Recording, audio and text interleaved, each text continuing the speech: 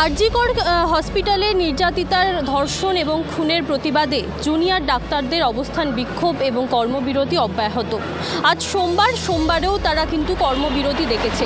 ফলে তাদের যে দাবিগুলো রয়েছে, তাদের মূলত যে দাবিগুলো রয়েছে সেগুলো হচ্ছে যিনি নির্যাতিত হয়েছেন তার যথাযথ বিচার চাই এবং দোষীর উপযুক্ত শাস্তি এবং আসল দোষীকে খুঁজে বার করা, এটাও তাদের মূল দাবি। সেই সঙ্গে তাদের যে নিরাপত্তা ব্যবস্থা, তারা যে অন ডিউটি এরকম একজন ডাক্তার মারা গিয়েছেন এবং ডাক্তারকে খুন করা হয়েছে, তাদের যেটা অভিযোগ উঠছে সেই অভিযোগের ভিত্তিতে তাদের যেটা দাবি যে এই রকম ডাক্তারদের সুরক্ষা ব্যবস্থা সুনিশ্চিত করতে হবে, তবেই কিন্তু তারা আবার তাদের কাজে ফিরবেন। কিন্তু এই পরিস্থিতিতে সমস্যায় পড়েছে রোগীর পরিবার।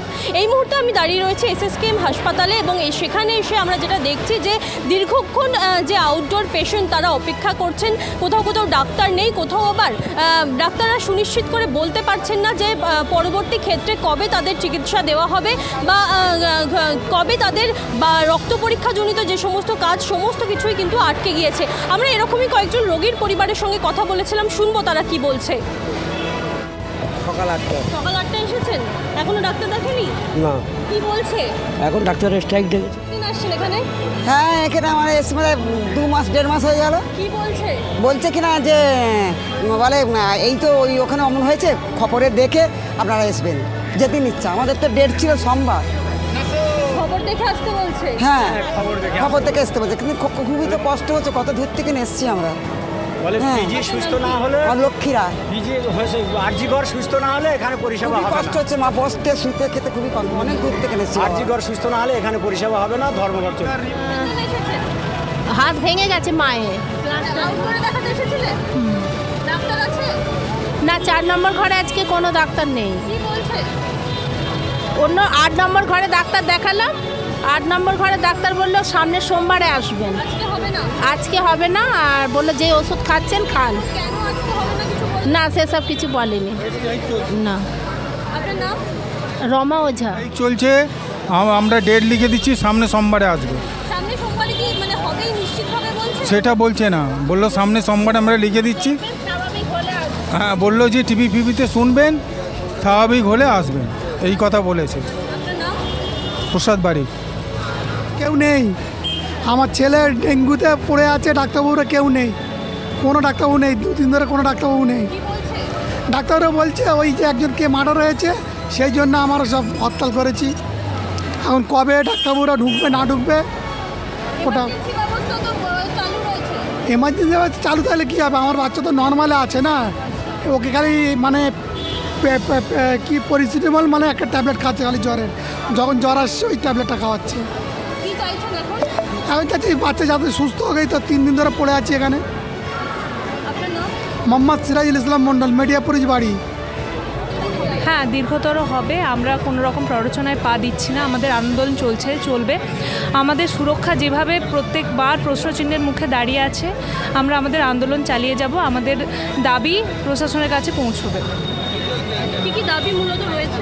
আমাদের সুরক্ষা, নিরাপত্তা এগুলো হচ্ছে সুনিশ্চিত করতে হবে, দোষীকে ধরতে হবে, কারণ এইভাবে অন ডিউটি ডক্টর একজন মার্ডার হয়ে যাচ্ছেন, খুন হয়ে যাচ্ছে।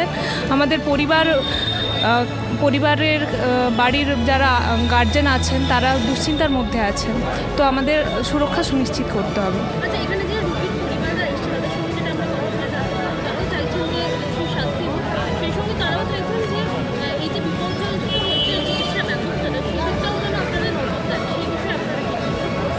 সেটা আমাদের ভিএস স্যার যারা আছেন তারা ওপিডি করছেন, ভিএস স্যার, আরএমও ম্যাম, এনারা হচ্ছে ওপিডি ডিউটি করছেন, রোগী পরিষেবা কোনোভাবে বিপর্যস্ত হচ্ছে না। বিজয়া সিং। কথা বললাম রোগীর পরিবারের সঙ্গে, তারা যেমনটা জানাচ্ছেন তারা বিভিন্ন ধরনের রোগ নিয়ে বিগত বেশ কয়েকদিন ধরে ঘুরছেন এবং হাসপাতাল কর্তৃপক্ষের সঙ্গে কথা বলতে গিয়ে তারা যেটা দেখছেন যে কোথাও কোথাও ডাক্তার নেই, কোথাও বা সিনিয়র ডাক্তাররা শুধুমাত্র ওষুধ দিয়ে তাদেরকে বাড়ি পাঠিয়ে দিচ্ছে, কোথাও রক্ত পরীক্ষার মতো বিভিন্ন কাজগুলি আটকে রয়েছে। ফলত তারা যেটা বলছেন যে হাসপাতাল কর্তৃপক্ষ যেটা জানাচ্ছেন যে মিডিয়া বা খবরে যে সম্প্রচারিত হচ্ছে জুনিয়র ডাক্তারদের কর্মবিরতি, সেই সংক্রান্ত সমস্ত খবর দেখে পরবর্তী সমস্ত ব্যবস্থা স্বাভাবিক হলে তবেই যেন তারা চিকিৎসা করাতে আবার এই সরকারি হাসপাতাল এবং SSKM-এ আসেন। এবং এই বিষয়ে ডাক্তার যারা কর্মবিরতি ডেকেছেন তাদের সঙ্গে কথা বলার চেষ্টা করেছিলাম, তারা মূলত মুখ খুলতে চাইছেন না। এবং একটি ডাক্তারের সঙ্গে কথা বলে যেটা আমরা জানলাম, তারা যেটা বলছেন যে চিকিৎসা ব্যবস্থা কোনোভাবেই ব্যাহত হচ্ছে না, তারা কর্মবিরতি ডাকলেও তাদের যে সিনিয়র ডাক্তাররা রয়েছেন তারা চিকিৎসা করছেন এবং তারা ওষুধ দিচ্ছেন। পরবর্তী ক্ষেত্রে এই কর্মবিরতি কতদূর পৌঁছয় এবং আমরা SSKM-এ যেটা দেখলাম মূলত মঞ্চ বাঁধার কাজ চলছে এবং ছাউনি দেওয়ার কাজ চলছে, ফলে তারা যেটা জানাচ্ছেন এবং ফলে যেটা বোঝা যাচ্ছে যে এই আন্দোলন কিন্তু দীর্ঘতর হতে চলেছে, এমনটাই একটা আভাস পাওয়া যাচ্ছে। ফলে এটাই এখন দেখার যে এই কর্মবিরতির জেরে রোগীর পরিবার, রোগীর যে আত্মীয়রা বা রোগী, সাধারণ রোগীর চিকিৎসা কতটা বিপর্যস্ত হয় এবং সেই বিষয়ে কী ব্যবস্থা নিতে চলেছে রাজ্য সরকার তথা স্বাস্থ্য দপ্তর, সেই দিকেই আমাদের চোখ থাকবে। এরকমই আরও খবর জানতে নজর রাখুন DNN বাংলায়। DNN বাংলা, সবার মনে, সবার ফোনে।